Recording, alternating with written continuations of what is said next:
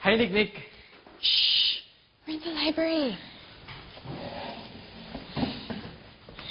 Nick, favor naman sana. What is it? Eh kasi di ba, kailangan daw magsayaw sa prom? And? So what? Tatry ka na naman eh. No, fine. Ano ba yun?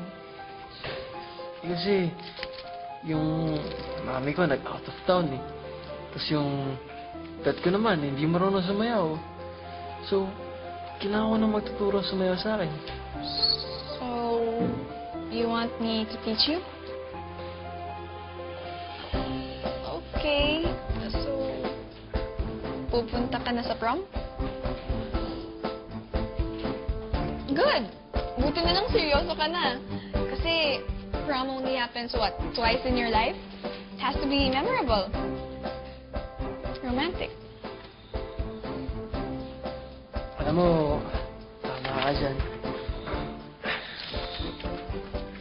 Saka dapat nga, pinag-iisipan mabuti kung sino yung yayayain sa prom. Exactly. Don't make her feel na napilitan ka lang. Nick, may tanong ako. Go on. Sa tingin mo ba, papayag si Jam pag niyaya ako sa prom? Of course! Friends naman kayo, diba? Why not? Malamang papayag naman yun. Of course, diba, friends naman kayo? I have to go na. Oh, sandali, Nick.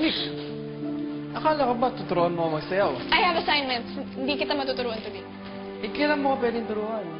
I don't know. Maybe after prom?